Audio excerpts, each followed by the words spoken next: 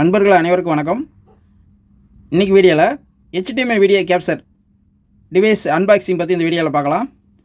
இந்த டிவைஸ் வந்து நான் அமேசான் ஆன்லைன் ஷாப்பில் இதை பர்ச்சேஸ் பண்ணேன். இதை நம்ம ஓப்பன் பண்ணிக்கலாம்.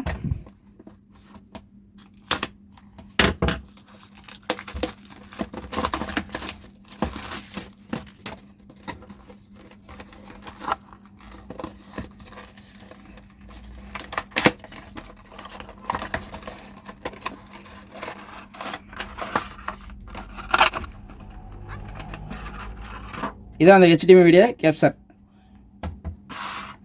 இது எதுக்காக பயன்படுதுன்னா, நம்ம இன்புட்டில் ஒரு HDMI வீடியோ இன்புட்டு கொடுத்தோம்னா அவுட்புட்டில் இது வந்து ஒரு USB அவுட்புட்டாக வரும். இந்த அவுட்புட்டை நம்ம எதுக்கு பயன்படுத்தலாம்னா, நீங்கள் ஒரு கம்ப்யூட்டர் வச்சுருந்தீங்கன்னா அதுக்கு பயன்படுத்திக்கலாம்.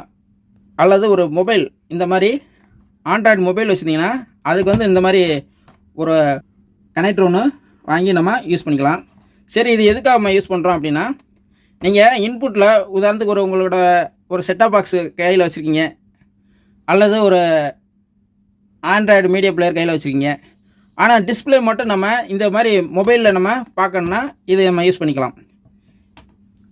இந்த மொபைல்லேயே பார்த்திங்கன்னா நம்ம அது வந்து ஒரு செட்டாப் பாக்ஸ் வச்சுருக்கீங்கன்னா அதுலேருந்து HDMI அவுட்டு மட்டும் நம்ம இதில் கொடுத்து இதோட அவுட்டை நம்ம இந்த கனெக்டில் இப்படி கனெக்ட் பண்ணிவிட்டு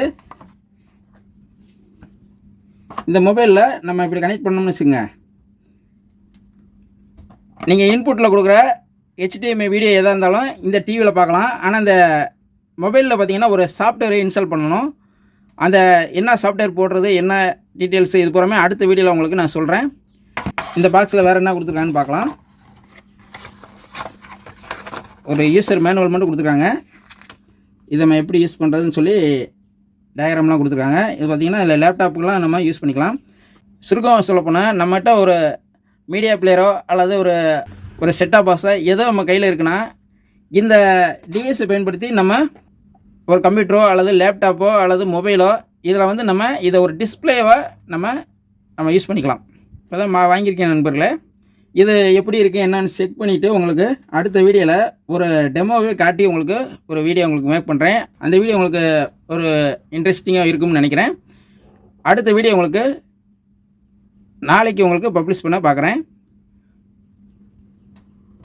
அவ்வளோதான் நண்பர்களே. இந்த வீடியோ உங்களுக்கு பிடிச்சிருந்தால் லைக் பண்ணுங்கள். மீண்டும் அடுத்த வீடியோவில் சந்திப்போம். நன்றி, வணக்கம்.